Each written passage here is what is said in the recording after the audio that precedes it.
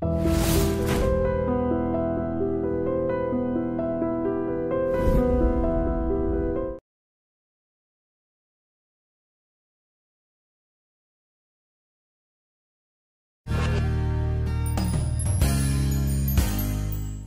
Secret ఏంటో చెప్పరా? బాహుబలిలో చాలామంది అన్నారనమాట లావుగా ఉన్నారు అని చెప్పి.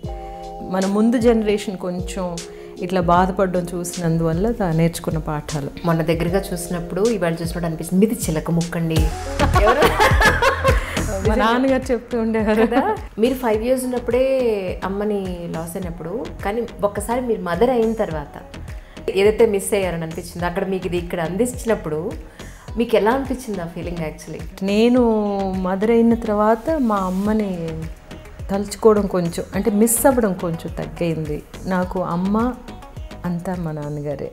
ఇప్పట్లో ఉన్న ఈ సోషల్ మీడియా ఇంత అవేర్నెస్ అప్పుడు ఉండుంటే ఇంకా ఎంత ఉండేదో అనిపిస్తూ ఉంటుందా? ఏమనిపిస్తూ ఉంటుంది మీకు? అంటే ఇంతకు ముందేమో చాలా ఒక ఏదో తెలియని ఒక గుప్పెడు ఇట్లా పెట్టుకున్నట్టు ఉంటుంది అనమాట. ఫిల్మ్లోనే యాక్ట్ చేసే యాక్ట్రెసెస్ అనేది ఒక ప్రొఫెషన్గా మర్యాదగా చూడడం స్టార్ట్ చేశారు సొసైటీ. మీరు చాలా టాప్ మోస్ట్ హీరోయిన్స్కి, చాలా పెద్ద సినిమాలకి, చాలా పెద్ద పెద్ద డైరెక్టర్స్ మూవీస్కి మీరు వాయిస్ ఇచ్చారని తెలుసు. మీరు పాట కూడా బాగా పాడతారని నేను అనుకుంటున్నాను.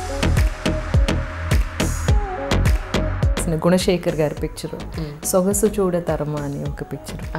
అప్పుడేమో ఒక పాట మీరు పాడాలి అంటే నేను కూడా చాలా సీరియస్గా తీసేసుకున్నాను.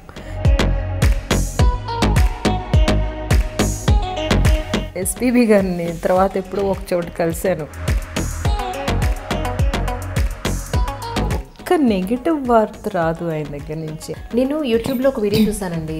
మీరు బాబు రిషి కలిసి రజనీకాంత్ గారిని కలిసి ఒక పెద్ద సీడీ పట్టుకుని. అవును, ఎప్పుడు అది? యాక్చువల్లీ ఈయన రఘువరన్ గారు యాక్చువల్గాను హీఈస్ ఎ గుడ్ మ్యూజిషియన్ అండి. అప్పుడు he also played for some movies అంట. ఆయన ఫ్యాన్స్కి చెందింది అది, అది మాది కాదు. Who is the best person to release it అనుకుంటే Rajinikanth garu, because they were very close. ఆయన అడగగానే నెక్స్ట్ డే అపాయింట్మెంట్ ఇచ్చారు. సో ఆ సీడీ ఏమో సరిగమ రిలీజ్ చేశారు. హాయ్ అండి, నేను తెలిసి విత్ మీ అంజలిలో రియలీ చాలా రోజులుగా మ్యామ్ని రిక్వెస్ట్ చేయగా ఎక్కడో బాహుబలి నుంచి మొదలు పెడితే ఈరోజు అంటే సుందరానికి దగ్గర దొరికారు. Rohini ma'am is with me right now. Ma'am, thank you so much for you coming. Really my pleasure అండి. ఈ మీకు ఆ బుట్టలు చాలా బాగా సూట్ అయ్యాయి. Thank you. రియలీ రియలీ మీ పేరు తలుచుకున్న ప్రతిసారి మీ మొహంలో చక్కగా మనస్ఫూర్తిగా నవ్వే మీ నవ్వు, చాలా సహజంగా యాక్ట్ చేసే మీ యాక్టింగ్, అందరు తెలుగు వాళ్ళకి ఎంతో మా తెలుగు అమ్మాయి అని గర్వంగా చెప్పుకునే మా రోహిణి గారు ఈరోజు మిమ్మల్ని ఇలా ఐ డ్రీమ్కి నేను తీసుకురావడం నాకు చాలా చాలా సంతోషంగా ఉంది. రియలీ ఐఎమ్ ఆల్సో హ్యాపీ అండి మీతో మాట్లాడడం. నేను ఐ డ్రీమ్ చూస్తూ ఉంటాను, మీ ఇంటర్వ్యూస్ చూస్తూ ఉంటాను. Happy to be here. Yeah, నేను మీకు మాట ఇచ్చినట్టుగానే ఇప్పటి వరకు మీరు ఇచ్చిన ఇంటర్వ్యూస్లో అడిగిన క్వశ్చన్స్ డెఫినెట్గా అడగకుండా మీకు బోర్ కట్టకుండా చూసే బాధ్యత నాది. Thank you. ఎంత తొందరగా వీలైతే అంత తొందరగా పంపించేస్తాను మిమ్మల్ని, నో డౌట్. ఏంటి మ్యామ్, హైదరాబాద్ ఏంటి, ఏ వర్క్ మీద వచ్చారు ఇప్పుడు? ఇప్పుడు సెబాస్టియన్ షూట్ అండ్ డబ్బింగ్ ఇది ఫినిష్ అయిపోయిన తర్వాత బయలుదేరుతాను. మళ్ళీ ఇంకొక వారం రోజుల్లోనేమో అంటే సుందరానికి ఒక ప్యాచ్ వర్క్ అట్లా ఉంది, దానికి వస్తుంటారు. మీరు కూడా ఉన్నారు కదా పిక్చర్లోనూ. అవును, అందుకే పట్టుకోగలిగాను నేను. లేకపోతే ఇంకా బాహుబలి నుంచి ఈ అంటే సుందరానికి కూడా వెళ్ళిపోయి ఇంకో సినిమా అప్పుడు ఎక్కడో కలిసి ఉండేవాళ్ళు. రియలీ ఏంటి మీ హెల్త్ సీక్రెట్ ఏంటో చెప్పరా? నిజంగా చాలా కష్టపడతానండి ఇలా ఉండడానికి. హాయిగా తినేసి పడుకుంటే అందరిలాగా ఇంకా నా ఒంటి తత్వం కూడా బాగా బల్కీ అయ్యే తత్వం అన్నమాట.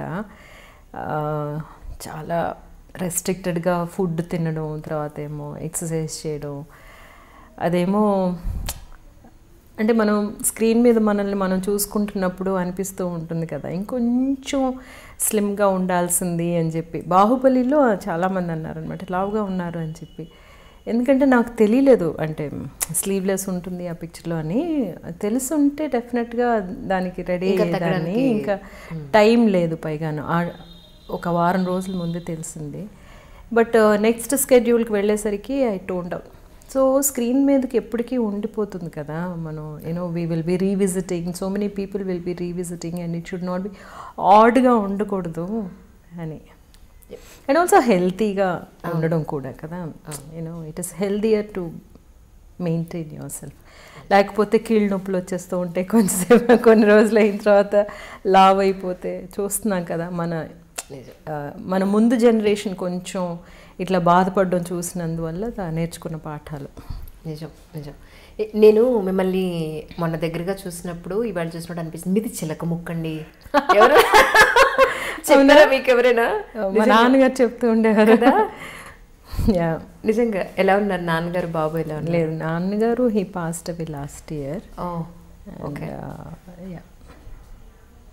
బాబేమో అట్లాంటాలో ఉన్నాడు అండ్ ఫైనల్ ఇయర్ అనమాట వాడిది. ఇంకా ఆ తర్వాత ఏమో he will be applying for higher studies. Okay. నాకు అనిపించింది, నేను అలీగర్ షోలో మీరు మాట్లాడడం, మీ షోస్ అన్నీ చూసాను యాక్చువల్లీ. ఎంట్రీ చేసినప్పుడు జనరల్గా రిపీటెడ్గా సెలబ్రిటీస్ ఎంట్రీస్ ఇచ్చినప్పుడు కూడా ఎక్స్పెక్ట్ చేసేది అదే, అబ్బా అక్కడ చెప్పేశాం కదా మళ్ళీ ఏం మాట్లాడతాం ఇక్కడ అని అనిపిస్తుంది. సో నాకు అనిపించింది ఏంటంటే మీ విషయంలో మీరు 5 years ఉన్నప్పుడే అమ్మని లాస్ అయినప్పుడు, కానీ ఒక్కసారి మీరు మదర్ అయిన తర్వాత నిజంగా ఆ మదర్హుడ్ని నిజంగా ఆ ఏదైతే మిస్ అయ్యారని అనిపించింది అక్కడ మీకు ఇది ఇక్కడ అందించినప్పుడు మీకు ఎలా అనిపించింది ఆ ఫీలింగ్? యాక్చువల్గా అది సైకలాజికల్గా కరెక్ట్ అయిన విషయం మీరు అడుగుతున్నది. నేను మదర్ అయినప్పుడే నాకు ఒక కంప్లీషన్ వచ్చింది అనిపింది. Because I use to miss my mother a lot. ప్రతి విషయానికి ఒక ఆడపిల్లకైతే చాలా ఇంకా ఎక్కువగా అమ్మ కావాలనిపిస్తుంది కదా. బట్ నేను మదర్ అయిన తర్వాత మా అమ్మని తలుచుకోవడం కొంచెం అంటే మిస్ అవ్వడం కొంచెం తగ్గింది. I don't know how why. జీవితం మనం చదువుకునేటప్పుడు మనం పేరెంట్స్తో ఉన్నప్పుడు ఒక రకంగా, మనకి పెళ్ళి అయిన తర్వాత ఆ కొత్తగా ఓ పెద్ద టర్నింగ్ పాయింట్ మ్యారేజ్ అనేది. ఆ తర్వాత పిల్లలు పుట్టడం, వాళ్ళ స్కూల్కి వెళ్ళే టైంలో ఒకటి, మళ్ళీ మన నుంచి దూరంగా వెళ్ళిపోయే ఒక ప్రొఫెషన్లో సెటిల్ అయ్యే టైంకి మళ్ళీ మనం ఒంటరి వాళ్ళుగా మిగిలిపోవడం. ఈ జర్నీ అంతా చూసినప్పుడు మీకు ఏమనిపిస్తూ ఉంటుంది? ఇట్స్ బ్యూటిఫుల్ కదా. మనం ఏమో ఒక లైఫ్ని తీసుకొచ్చాము, ఆ లైఫ్కి మనం చాలా రెస్పాన్సిబుల్. వాళ్ళు ఈ ప్రపంచాన్ని ఎట్లా అర్థం చేసుకుంటున్నారో, లేకపోతే ఈ ప్రపంచంలో వాళ్ళు ఎలాంటి మనిషిగా ఉండాలి అన్నదానికి మనం ఏదో ఒక విధంగా వాళ్ళని షేప్ చేస్తూ ఉంటాం. మన ఐడియాస్ ఏమిటి, మన ఐడియలిజం ఏమిటి, ఇవన్నీ చూస్తూ పెరుగుతూ ఉంటారు పిల్లలు. అలా పెరిగినప్పుడు మళ్ళీ వాళ్ళ దగ్గర నుంచి వచ్చే రియాక్షన్స్ కానీ, వాళ్ళు తీసుకునే కొన్ని స్టాండ్స్ కానీ విన్నప్పుడు, చూసినప్పుడు either we feel bad or will feel good. ఇంతవరకు రిషి చెప్పిన విషయాలన్నీ, మా బాబు చేస్తున్న విషయాలు కానీ, లేకపోతే వాడు కొన్ని విషయాల్ని చూసే విధానం చూస్తున్నప్పుడు ఐఎమ్ హ్యాపీ. మనం సరైన విషయాలే తనకి ఎక్స్పోజ్ చేశాము అని నన్ను నేను అనుకుంటూ ఉంటాను అనమాట. How to look at a women, ఒక ఆడపిల్లల్ని ఎట్లా మీరు చూడాలి, లేకపోతే ఏ విషయం అయినా సరే నువ్వు ఎట్లాగా దాన్ని హ్యాండిల్ చేయాలి, ఎక్కడి నుంచి చూడాలి అనేది. అమ్మ గురించి, నాన్న గురించి మీ మాటల్లో వినాలనుంది. ఎందుకంటే నాదొక సపరేట్ ప్రోగ్రామ్ ఉంది యాక్చువల్లీ. ప్రతి మనిషి జీవితంలో వాళ్ళ దగ్గరే మనకి కావాల్సినంత అల్లరి, కావాల్సినంత ఫ్రీడమ్ వాళ్ళ దగ్గరే ఉంటుంది. సో అప్పటి రోజులను ఒకసారి గుర్తు చేసుకుని మర్చిపోలేని రోజు అంటే వాళ్ళిద్దరితో మీరు ఏం చెప్తారు? అమ్మ అసలు తెలియదు నాకు. 5 సంవత్సరాలప్పుడు అమ్మ పోయారు కాబట్టి. కానీ నా మనసులో ఉన్న అమ్మ, నేను మా తాతయ్య గారి దగ్గర నుంచి, మిగతా తన ఫ్రెండ్స్ దగ్గర నుంచి విన్న అమ్మ చాలా బ్యూటిఫుల్గా ఒక మనిషి అన్నది మాత్రం తెలుసు. తనకి పాటలు అంటే ఇష్టం అని తను సంగీతం నోట్స్ రాసుకున్న బుక్స్ ఇంకా నా దగ్గర ఉన్నాయి. అంత అందమైన దస్తూరి అన్నమాట తంది. మా తాతగారికి ఏమో ఒక బట్టలు కొట్టు, తను ఒక్కతే కూతురు. మా తాతగారికి అన్నీ గైడ్ చేసేదంట, లెక్కలు రాయడానికి మాత్రం కానీ లేకపోతే ఎట్లాగనేది గైడ్ చేసేదట. తనేమో హార్మోనియం నేర్చుకున్నదంట. డార్క్గా ఉంటుంది కానీ చాలా బ్యూటిఫుల్. తన కళ్ళు చాలా, నాకు అప్పుడప్పుడు అనిపిస్తుంది అయ్యో మా అమ్మ కళ్ళు నాకు రాలేదని అనిపిస్తుంది. మా అమ్మ ఇంకో కొంచెం టాల్, కొంచెం కోపం ఎక్కువట. ఇలాగ ఒక అమ్మ చిత్రం నా మనసులో ఉంది. అప్పుడప్పుడు నేనేమో మా అన్నయ్యలతోటి అంటూ ఉంటాను, అన్నయ్య మన పిల్లల్ని చూసినప్పుడు ఎంత సంతోషపడేది కదా అమ్మ అని. అలాగే రిషిని చూస్తున్నప్పుడు కూడా అనుకునేదాన్ని అనమాట, మా అమ్మ ఉంటే వాడిని చూసి ఎలా సంతోషపడేది అని. సో అమ్మ చిత్రం అంటే అదనమాట.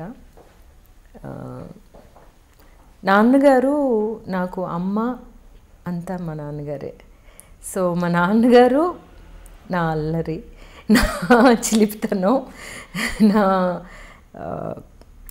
నా కోపం అన్నీ ఎదుర్కొన్నది మా నాన్నగారే. బట్ నాలోని చాలా మంచి విషయాలు పెట్టింది కూడా నాన్నగారే. చాలా ఆనెస్టీ అన్నది, తర్వాత ఏమో మనం చేసే పని ఎట్లా ఉండాలి అనేది, ఆ పని కోసం మనల్ని మనం ఎట్లా తయారు చేసుకోవాలి అనేది, మిగతా వాళ్ళతో మనం ఎలా బిహేవ్ చేయాలి, తర్వాత లర్నింగ్, లవ్ ఫర్ లర్నింగ్ మా నాన్నగారి దగ్గర ఎక్కువ నేర్చుకున్నాను అనమాట. సో లాస్ట్ వరకు మా నాన్నగారు అట్లాగే ఉన్నారు. నాకు మా నాన్నగారు లాస్ట్ 4 months నా దగ్గర ఉన్నారనమాట. He was bed ridden. ఎవ్వరు తెలిసేవారు కాదు, కానీ నన్ను మాత్రం గుర్తుపెట్టేవారు. సో నేను వెళ్ళి చెప్తాను నాన్నగారండి వద్దు అంటే ఓకే నా మాట మాత్రం వినేవారు అనమాట. So at one point of time నాన్నగారు బేబీ అయిపోయారు, నేనేమో I did everything for him.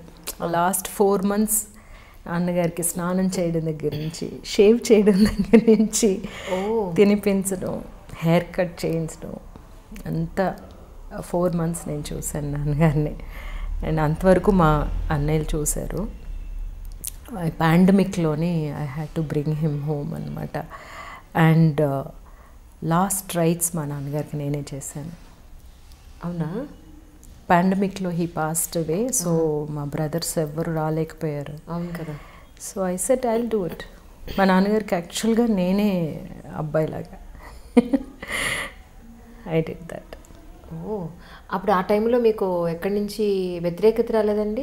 అబ్బాయిలు వాళ్ళందరూ ఉండగా నువ్వెలా చేస్తావు అని? ఎవరు ఏమంటారండి, అసలు ఎవరేమన్నా కూడా ఆ టైంలోనే మా అన్నయ్యలకి తెలుసు, వాళ్ళు రాలేకపోయారు. ఒక అన్నయ్య ఏమో యుఎస్లో ఉన్నారు, ఒక అన్నయ్య హైదరాబాద్, ఒక అన్నయ్య ఏమో వైజాగ్ అనమాట. వాళ్ళు ఎవరు రాలేకపోయారు. ఇంకొక తమ్ముడేమో వైజాగ్లో ఉన్నాడు. I did it. నాకు ఎంట్రీ చూసినప్పుడే తెలిసింది బాలాజీ గారు మీ ఫ్యామిలీ మెంబర్ అని చెప్పని.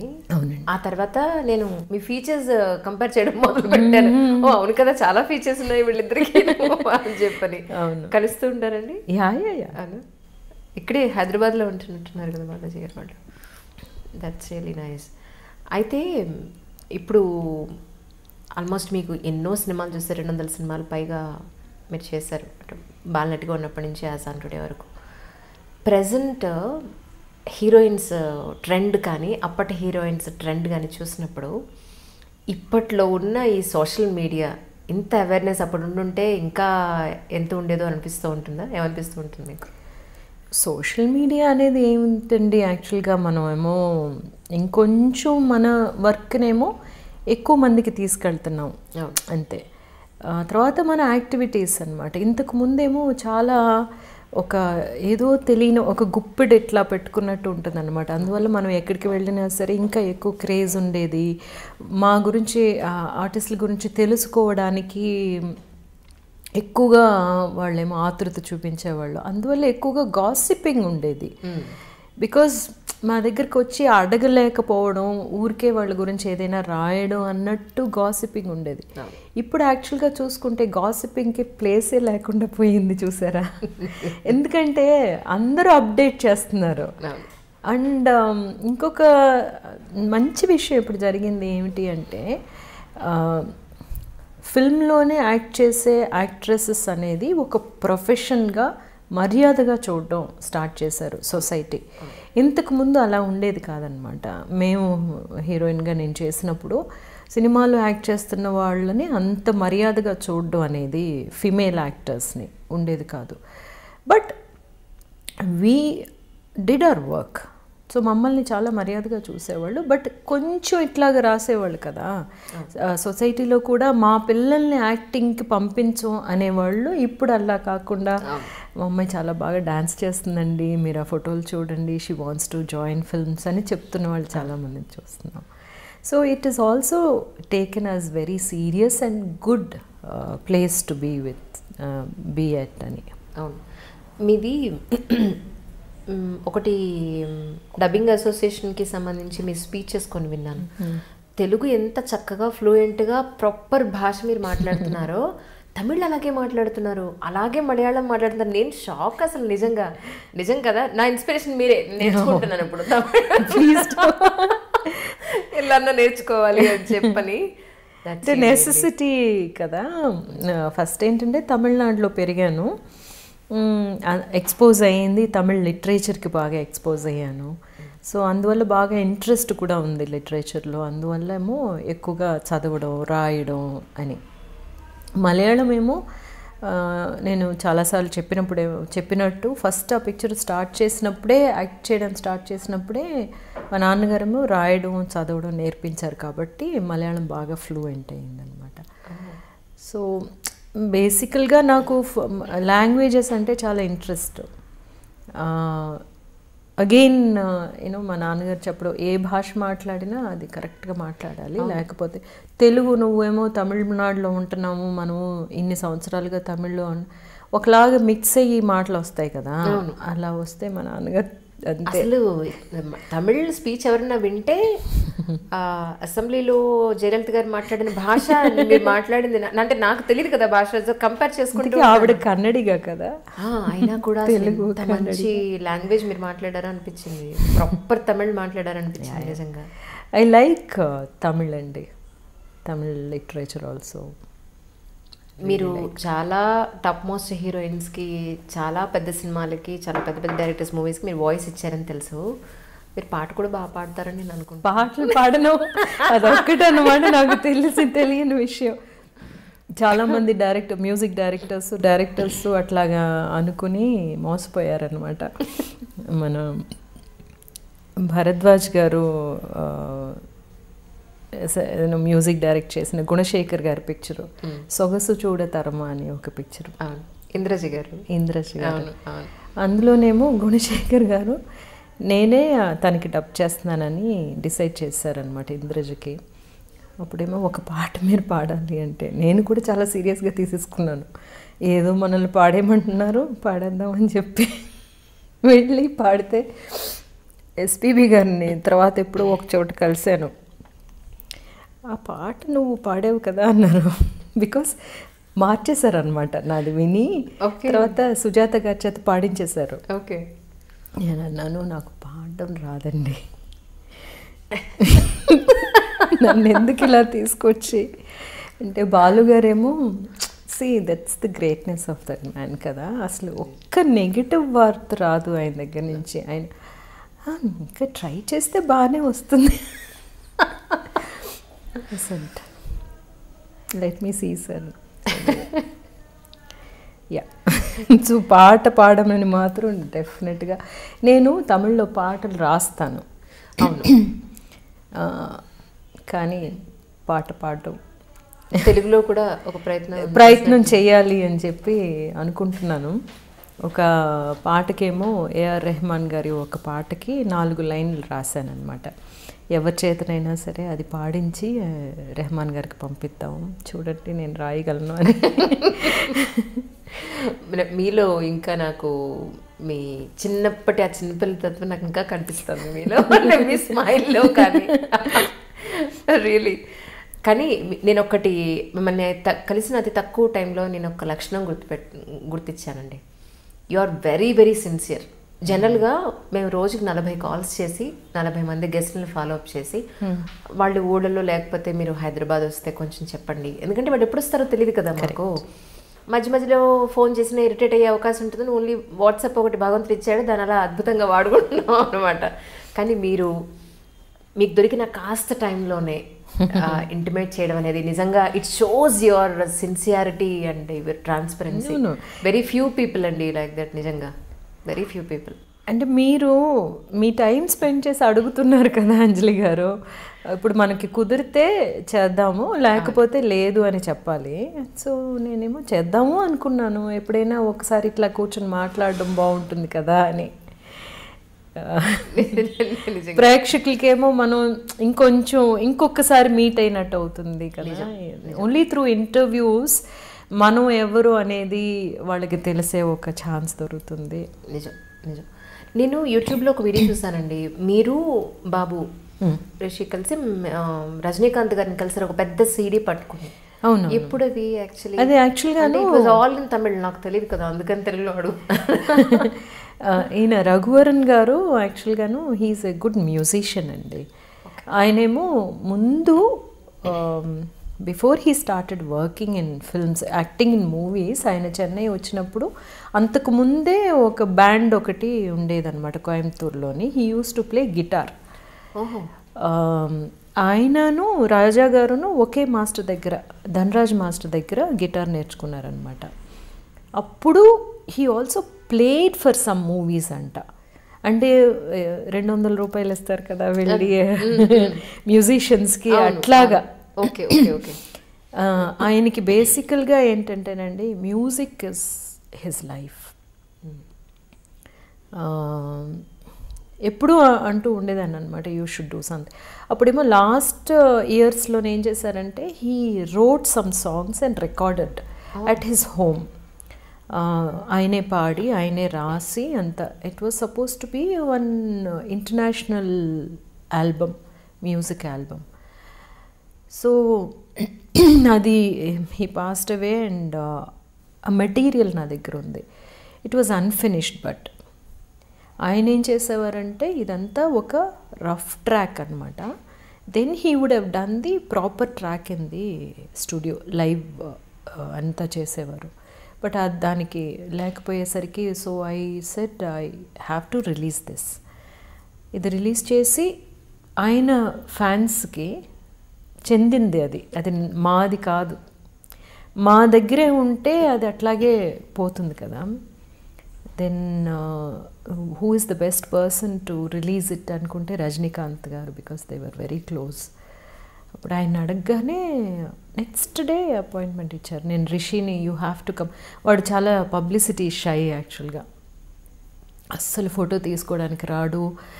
ఆ ఫోటో తర్వాత వాడు ఎలా ఉన్నాడో ఎవరికి తెలియదు అనమాట. ఎందుకంటే వాడికి ప్రైవసీ కావాలి అని. మీతో ఫోటోలు తీసేసుకుంటే నేను ఎక్కడికి వెళ్ళినా సరే నన్ను గుర్తుపట్టేస్తున్నారు, నాకు అట్లాంటి అటెన్షన్ వద్దు అని చెప్పి. So I also respect his privacy. అందువల్ల బట్ దీనికి మాత్రం నేనేం అడిగానంటే దీనికి మాత్రం నువ్వు రావాలి, it's puppies thing, you have to come. So he came for that. So ఆ సీడీ ఏమో సరిగమా రిలీజ్ చేశారు. ఓకే. రీసెంట్గా యాక్చువల్లీ నేను ఎస్పెషల్లీ ఒక డిస్కషన్ పెట్టాను మ్యామ్. ఏంటంటే అంటే మ్యారేజ్ మీద, అది లవ్ మ్యారేజ్ అయినా అరేంజ్డ్ మ్యారేజ్ అయినా, వాళ్ళ కొంతకాలం పాటు కలిసి ఉండి తర్వాత ఎందుకునో జంటలు విడిపోతున్నారన్న దాని మీద మీ వరకు ఏమనిపిస్తుంది? యాక్చువల్లీ ఎందుకు విడిపోయే అవకాశం ఉందంటారు? It's a general topic. నేను బేసికల్లీ ఏంటంటేనండి, డిఫరెన్స్ ఆఫ్ ఒపీనియన్స్ అనేది తల్లికి కూతురికి, తల్లికి కొడుకుకి కూడా వస్తాయి. అండర్ ద సేమ్ రూఫ్ మనం ఉంటున్నప్పుడు మనకి డిఫరెన్స్ ఆఫ్ ఒపీనియన్స్ వస్తూ ఉంటాయి.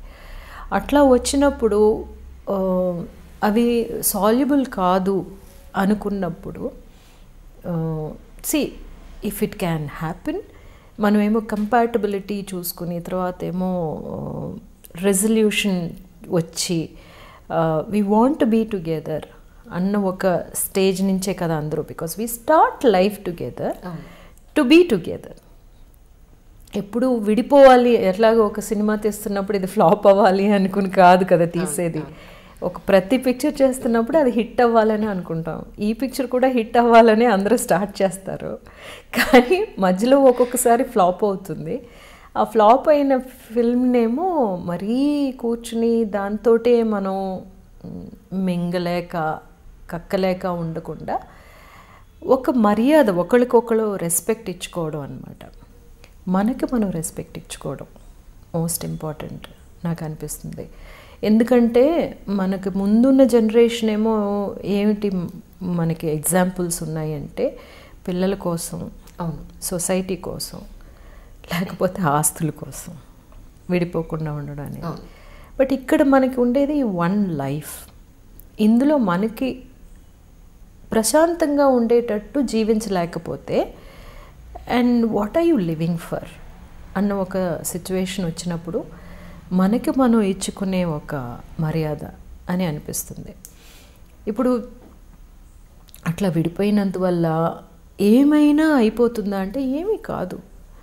మీరు బాగుంటారు, మనము బాగుంటాం. ఇందులోనేమో అఫ్కోర్స్ చిల్డ్రన్ కొంచెం ఎఫెక్ట్ అవుతారు, కొంచెం కాదు బాగానే ఎఫెక్ట్ అవుతారు. ఆ ఎఫెక్ట్నేమో మనం దేంతోటి కంపేర్ చేసుకోవాలి అంటే మనం అందరం కలిసి ఉన్నప్పుడు జరిగే డ్యామేజ్ ఎక్కువ పిల్లలకి, విడిపోయినప్పుడు ఎక్కువ డ్యామేజ్ అని చూసుకుంటే, కలిసి ఉంటే ఎక్కువ డ్యామేజ్ అంటే it is not good. So difference of opinions ఎక్కడైనా జరుగుతాయి కదా. కానీ రీసెంట్గా ఇంట్లో పెద్దవాళ్ళు కానీ మన బిఫోర్ జనరేషన్ కానీ అమ్మాయి కాంప్రమైజ్ అయితేనే సంసారం నిలబడుతుంది, లేకపోతే నిలబడదు, నిలబడకపోతే డివోర్స్ అయ్యి ఇద్దరు సపరేట్ అయితే అల్టిమేట్లీ సఫర్ అయ్యేది, తనకే ఎక్కువ నష్టం అనే మనకి నూరిపోసారు ఇన్నాళ్ళు. సో దీని మీద మీ ఒపీనియన్ ఏమిటి? అంటే అదంతా దాటిపోయామని అనిపిస్తుందండి నాకు. ఇప్పుడు పేరెంట్స్ కూడా అర్థం చేసుకుంటున్నారు, మన అమ్మాయి హ్యాపీగా ఉందా లేదా అనేదే మనం చూడాలి అని చెప్పి అనుకుంటున్నారు. వీలైనంత వరకు కాంప్రమైజ్ అనేది ఇద్దరు సైడ్ నుంచి ఉండాలి అనేది ట్రై చేస్తున్నారు.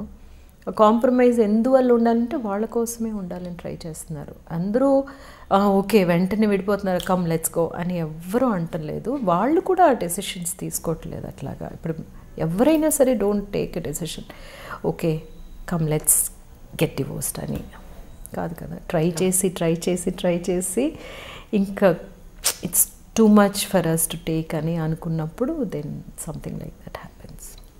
పాటలు రాస్తారు, కథలు రాస్తారు, తర్వాత యాక్టింగ్ చేస్తారు, మీ వాయిస్ గాత్రదానం చేస్తారు.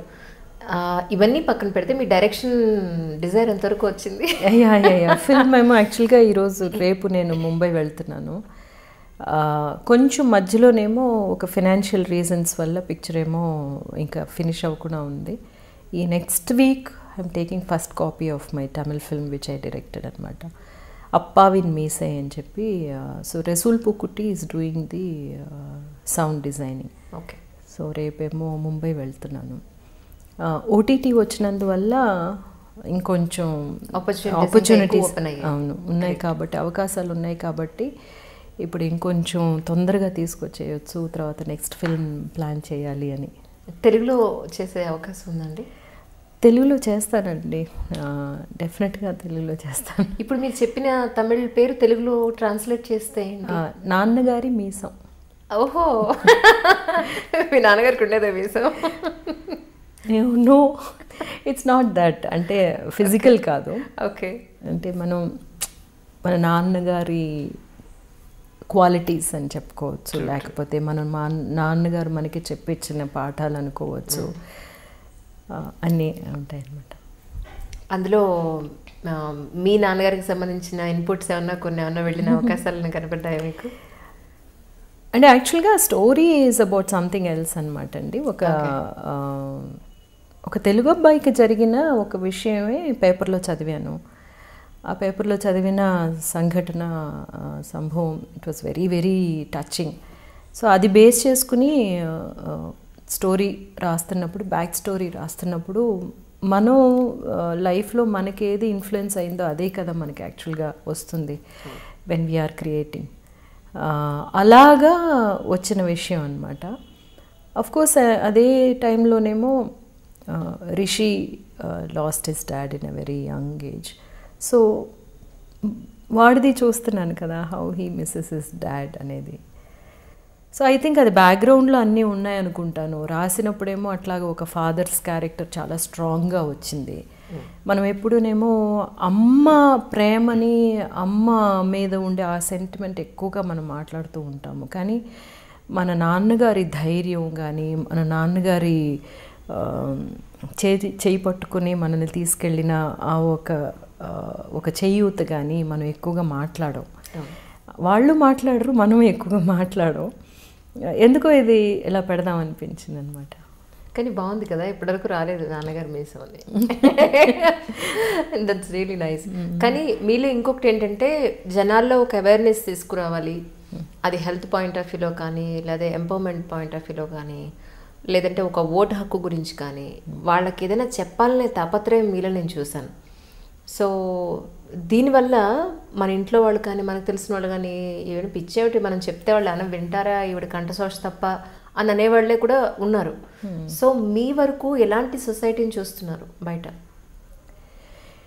నాకు ఈక్వాలిటీ చాలా ఇంపార్టెంట్ అండి. బేసికల్గా పాలిటిక్స్ ఆఫ్ మై లైఫ్ చాలా ఇంపార్టెంట్. నేను ఒకటి చెప్తున్నాను, అది నేను పాటిస్తున్నానా అని చూడాలి.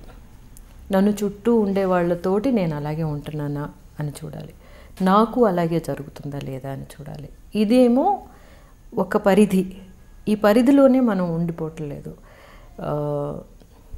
ఫార్చునేట్లీ ఒక ఫేమ్ అన్న ఒక ప్లేస్కి మనం వచ్చామన్నమాట. ఈ ఫేమ్ ద్వారా మనం చేయగలిగింది ఏమిటి అని చూసుకుంటే కొంచెం అవేర్నెస్ క్రియేట్ చేయొచ్చు. తర్వాత మనం దేనికి స్టాండ్ చేస్తున్నాము అనే మన స్టాండ్ని చెప్పొచ్చు. ఇందువల్ల ఏమిటి పెద్దగా మీరు చెప్పేస్తే అన్నీ మారిపోతాయా అని చెప్పేసి అంటే, ఎక్కడో ఒకళ్ళకి మనం ఒక మాట ధైర్యం ఇవ్వచ్చు. మనం ఒక చేత ఒక పెద్ద విషయంగా ఉండొచ్చు, లేకపోతే ఒక ఎగ్జాంపుల్ అవ్వచ్చు అనమాట. అది మనం తెలియకుండా కొంతమంది దగ్గర నుంచి మనం తీసుకుని ఉంటాం. అది వాళ్ళు ఆ మాట అప్పుడు చెప్పుండకపోతే, వాళ్ళు అలా ఉండకపోతే మనకు అది దొరికేది కాదు అన్నప్పుడు. సో మనకి అట్లాంటి అవకాశం ఉన్నప్పుడు మనం ఏం మాట్లాడుతున్నాం, మనం ఏం చేస్తున్నాం అనేది చాలా ఇంపార్టెంట్. నాకు చాలా ఇంపార్టెంట్. మన చుట్టూ జరుగుతున్న విషయాలన్నీ మనకేమీ అస్సలు దానికి మనకేమీ సంబంధం లేదు. నాకు బాగానే ఉంది కదా, నా ఇల్లు బాగానే ఉంది కదా అని వెళ్ళిపోతుంటే మనంత స్వార్థపరులు ఇంకెవ్వరూ లేరనిపిస్తుంది. ఈ సొసైటీ మనకి చాలా ఇచ్చింది కదా, ఈ సొసైటీకి మనం ఏమి ఇస్తున్నాం అనేది చాలా ఇంపార్టెంట్ అనిపిస్తుంది. బాబేమో అక్కడ చదువుకోవడానికి వెళ్ళిపోయాడు. ఇప్పుడు ఎలా మీకు టైం ఒంటరిగా అనిపిస్తుందా, లేకపోతే how you spend your routine ఎలా నడుస్తుంది మీది? టైం సరిపోదు యాక్చువల్గాను. అంటే 3 లాంగ్వేజెస్, తమిళ్, మలయాళం, తెలుగు యాక్ట్ చేస్తున్నాను. ఆ తర్వాత ఏమో నేను చేయాలి అనుకున్న పనులు కొన్ని ఉన్నాయి, అవి చేస్తూ ఉంటాను. తర్వాత చదువుకోవడానికి ఎన్ని బుక్స్ ఉన్నాయి చదువుకోవడానికి, ట్రావెల్ చేయడానికి, ఇలాంటి. అంటే జనరల్గా ఈ స్టేజ్లో పిల్లలు, ఇందాక మనం అనుకున్నట్టుగా పిల్లలు చదువుకోవడానికి ఒక కెరియర్ పాయింట్ ఆఫ్ వ్యూలో వెళ్ళిపోయి పేరెంట్స్ దూరం అయ్యి మనం ఒక్కళ్ళు మిగిలినప్పుడు జనరల్గా చాలామంది డిప్రెషన్కి వెళ్తూ ఉంటారు ఇన్ జనరలీ సొసైటీలో. సో అలాంటి వాళ్ళకి మీరు ఏం చెప్తారు? యాక్చువల్గా మీరెవరు అని మీరు కనిపెట్టడానికి దొరికిన ఒక ఆపర్చునిటీగా ఇది తీసుకోవాలన్నమాట అని అంటాను నేను. ఎందుకంటే అంతవరకు ఒక డాటర్గా కానీ, వైఫ్గా కానీ, లేకపోతే మదర్గా కానీ, లేకపోతే డాటర్ ఇన్ లాగా కానీ, ఇట్లాగా చాలా రోల్స్ మీ మీద పడి ఉంటాయి. దానికి తగినట్టు మనల్ని మనమే తయారు చేసుకుని దాంతో ఉంటాం ఫిల్అప్. సో ఇక్కడేమో this is one journey you can take to find who you are యాక్చువల్గా. మీకు ఏమిటి ఇష్టం? చాలామందికి చాలా ఇష్టాలు ఉండుంటాయి పాట నేర్చుకోవాలని, కానీ నాలాగా. సో మ్యూజిక్ నేర్చుకోండి, లేకపోతే ఎక్కడికైనా వెళ్ళాలని ఉందా వెళ్ళండి. ఈ ప్రపంచంలో ఎన్ని ఊళ్ళు ఉన్నాయి చూడడానికి, ఎంతమంది మనుషులు ఉన్నారు కనెక్ట్ అవ్వడానికి, ఎన్ని కల్చర్స్ ఉన్నాయి తెలుసుకోవడానికి. అన్నీ చూసి వస్తే మన ఊరు మాత్రమే కాదు కదా, అదొక చిన్న సర్కిల్లో ఉండిపోతే దాంతోటే మన జీవితం అయిపోయింది అనుకుంటే it's such a waste. So what about భక్తి అండి? దేవుణ్ణి నమ్ముతారా మీరు? అవునా? అస్సలు పోనీ ఏదో ఒక పవర్ ఉంది అని, అదే ఒక దండం పెట్టుకోవడము? నేచర్ని నమ్ముతానండి. ఓకే. నేచర్కి సంబంధించిన అన్ని విషయాలు నాకు చాలా పెద్ద ఇదన్నమాట. నేచర్ని మనం చాలా జాగ్రత్తగా చూసుకోవాలి అనేది. దానికి యాక్చువల్గా నా యాక్టివిటీస్ అని చూసుకుంటేనేమో అవే అన్నమాట ఎక్కువ చేస్తూ ఉంటాం మేము. వాటర్ బాడీస్ గురించి తెలుసుకోవడం, వాటర్ బాడీస్ని రికవర్ చేయడానికి ఏం చేయాలి మనం తెలుసుకోవడం, లేకపోతే ఫార్మింగ్, వ్యవసాయం ఎట్లా ఉండాలి, ఏం జరుగుతుంది ఇప్పుడు అని తెలుసుకోవడం. Because it's all based on nature కదా అంతాను. మనం ఏదో ఊసిపోక రాకెట్లు వదులుతున్నాం, సినిమాలు తీస్తున్నాం, కానీ ఈ భూమి మీద మనం ఉన్నది to live and let live అనమాట. అదేమీ కాకుండా మనం ఏమిటేమిటో చేస్తున్నాం కదా. సో మీరు ఇప్పుడు ఎన్జిఓస్తో ఏమన్నా కలిసి వర్క్ చేస్తున్నారా? కొన్ని వర్క్స్కి ఏమన్నా? ఎన్జిఓస్ అని కాదు, ఫ్రెండ్స్ చాలామంది ఉన్నారండి. చాలామంది ఫ్రెండ్స్ ఇప్పుడేమో పిలుస్తారనమాట. మీరు వచ్చి చెప్తే ఈ విషయాలన్నీ చిన్నపిల్లలకి స్కూల్స్కి కానీ లేకపోతే కాలేజెస్కి కానీ we do little bit of work shops అనమాట. మోస్ట్లీ వాటర్ బాడీస్ గురించి, తర్వాత వ్యవసాయం గురించి చెప్పడానికి, తర్వాత విమెన్ ఎంపవర్మెంట్ గురించి. అండ్ మనం ఎలాంటి విషయాలు మనలోని రెడీ చేసుకోవాలి. మోస్ట్లీ చిల్డ్రన్ దగ్గరికి వెళ్ళి మాట్లాడుతూ ఉన్నప్పుడే ఇప్పుడు నా రిషికి చెప్పిన విషయాలు అక్కడికి చెప్తాను కదా. ఒక అమ్మాయిని నువ్వు ఎలా చూడాలి, అమ్మాయి అంటే జస్ట్ నాట్ అ బాడీ, తను నీలాంటి మనిషి అని ఇలా మాట్లాడగా పిల్లల్లోని చాలా they are very very inquisitive and very fresh కదా. ఒక అబ్బాయి వచ్చి చెప్పాడు అనమాట, ఈ వార్త నేను ఈ వర్డ్ నేను మర్చిపోలేను మ్యామ్ అని చెప్పి, విమెన్ని నువ్వు బాడీగా చూడకు అన్నది. ఎందుకంటే ఆబ్జెక్టిఫికేషన్ జరుగుతుంది అన్నిటిలోని, మన సినిమా అయినా సరే, మోడలింగ్ యాడ్స్ అయినా సరే, మామూలుగా చూడడమైనా సరే, ఏం ఫిగర్ అనడం కానీ లేకపోతేనేమో. సో ఆబ్జెక్టిఫికేషన్ నుంచి నువ్వు ఆ వెనక ఉన్న పర్సన్ని నువ్వు రెస్పెక్ట్ఫుల్గా చూడు. ఆ ఒక మైండ్ సెట్ని మనం క్రియేట్ చేయవచ్చు. లేకపోతే కొంచెం ఇటువైపు చూడండి అని ఫోకస్ దాని మీద చూపించడానికి ఐ యూజ్ మై పాపులారిటీ అనమాట. ఇన్ కేస్ మీరు తెలుగులో కనుక డైరెక్ట్ చేసే మూవీ అవకాశం మీకు భగవంతుడు ఇవ్వాలని కోరుకుంటున్నాను. బట్ వస్తే కనుక ఏ జోనర్లో, ఖచ్చితంగా ఈ జోనర్లో చేయాలని ఎట్టి పరిస్థితుల్లో అనుకున్న జోనర్ ఏంటి? అంటేనండి చాలా ఉన్నాయి. అన్నీ యాక్చువల్గా నాకైతే నెక్స్ట్ చేయబోయేదేమో ఒక డాన్స్ బేస్డ్ అనమాట. సో డాన్స్ బేస్డ్ అనేది ఇప్పుడు అపావిన్నేసే చూసిన వాళ్ళు ఇతనికేమో ఇట్లాంటి ఒక ఆఫ్ బీట్ మూవీ, ఒక ఆర్ట్ ఫిల్మ్ చేయడమే ఇంట్రెస్ట్.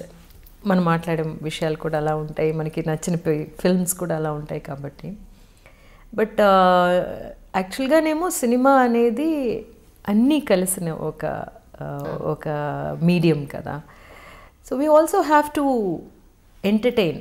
సో బేసికల్గా ఈ పాండమిక్లోని మీరు చూసారంటే నేనే ఎలాంటి సినిమాలు చూశాను అన్నది చూసుకుంటూ ఉంటే కొంచెం లైటర్ ఫిల్మ్స్, ఒక చిన్న రామ్ కామ్, ఎందుకంటే చుట్టూ జరుగుతున్నదంతా చాలా భయంకరంగా బీభత్సంగా ఉన్నందువల్ల ఒక లిటిల్ బిట్ ఆఫ్ ఎస్కేపిజం మనం సినిమా ద్వారా ఇస్తాం అన్నమాట. సో అట్లాంటి ఒక ఫిల్మ్ చేయాలని, అలా చేసినా కూడా దాంట్లో ఉండే విషయం డెఫినెట్గా ఒక హ్యుమానిటీ సంబంధించిన విషయమే ఉంటుంది, లేకుండా చేయడం కుదరదు అనుకుంటాను నేను. అలా చేద్దామని, అది యాక్చువల్గా తెలుగు తమిళ్ బైలింగ్యువల్గా ప్లాన్ చేస్తున్నాను అనమాట. రైట్. నేను ఐ థింక్ నేను ఒక తమిళ్ది ఇది చూసానండి, మూవీ మీది. ఒక ప్రాపర్ కచ్చా పూస కట్టుకున్న బ్రాహ్మణ్ ఫ్యామిలీ, హస్బెండ్ మీ పక్కనే కూర్చుని ఉంటారు, మీరు యాక్చువల్లీ ఫిజికల్గా అక్కడ ఉండరు, మీ నవరసేనా అసలు ఎంత బాగున్నారో, చక్కగా బొట్టది పెట్టుకుని. నేను లాస్ట్ వరకు అనుకున్నాను మీరు పక్కనే ఉన్నారని నిజంగా. తర్వాత ఒక 10 నిమిషాల తర్వాత నాకు అర్థమైంది ఏంటంటే నో ఫిజికల్గా మీరు అక్కడ లేరు, బట్ ఎవ్రీ మినిట్ ఆయన పక్కన మీరు ఉండి ఆయన నడిపిస్తూ ఉంటారు ఫిజికలీ మెంటలీ. నిజంగా అది కదా నిజంగా ఆ వైఫ్ అండ్ హస్బెండ్స్ మధ్య ఉండే ఆ బంధం ఎంత చక్కగా. ఒక షార్ట్ స్టోరీ అండి కదా, చాలా బాగుంది. అది టి జానకి రామన్ రాసిన షార్ట్ స్టోరీ అనమాట. Okay, lovely. It's about jealous. అవును, జుగుప్స గురించి. అవును. లాస్ట్లో నేను అసలు డైజెస్ట్ చేసుకోలేకపోయినా, పాయసాన్ని తోసేసి వెళ్ళిపోతారు, మీరు చూసారా అది? అక్కడితే కట్ చేస్తారు ఎందుకు అని ఫీల్ అయ్యాను యాక్చువల్లీ. దానికి ఇంకా ఎక్స్టెన్షన్ ఉందేమో అనుకున్నాను. 30 minutes ఒక్కొక్కరికి 40 minutes అనుకుంటాను. ఓకే, ఎలా అండి దానికి ఎలా దొరికింది మీకు అంత మంచి ఆపర్చునిటీ? అంటే నవరస్ వసంత్ డైరెక్షన్ అండి. వసంత్ డైరెక్షన్లో ఇంతకుముందు చేశాను. యాక్చువల్గానేమో సినిమాలోనేమో ఎప్పుడూను ఎవరికి పేరుగా చేస్తున్నాం అనేది చాలా ఇంపార్టెంట్గా, ఈవెన్ నా ఏజ్లో ఉండే యాక్టర్స్ కూడా యాక్ట్రెసెస్ కూడా చాలా కాన్షియస్గా చేసుకుంటారు. ఢిల్లీ గణేష్కి పేరు కదా. అవును. I said it's okay, subject is more important మనకి అని. So that's what I'm quite open అండి. నాకేమో సబ్జెక్ట్ ఇస్ మోర్ ఇంపార్టెంట్. ఆ తర్వాత ఏమో డైరెక్టర్ ఎట్లాగా ఆ సబ్జెక్ట్ ఎట్లా వస్తుంది అనేది చూస్తాను అనమాట. That's fantastic really. తర్వాత ఇప్పుడు తమిళ్లో కొన్ని అవార్డ్ ఫంక్షన్స్కి వాటికి మీరు సరదాగా హోస్ట్ చేయడం అది చేస్తూ ఉండేవారా? అందులో కొన్ని వీడియోస్ ఉన్నాయి మేబీ. అది చాలా long back. I did one ఇది టాక్ షో ఒకటి చేశాను తమిళ్లోను, కేల్విగల్ ఆయిరం అని. Questions or 1000 questions you can say.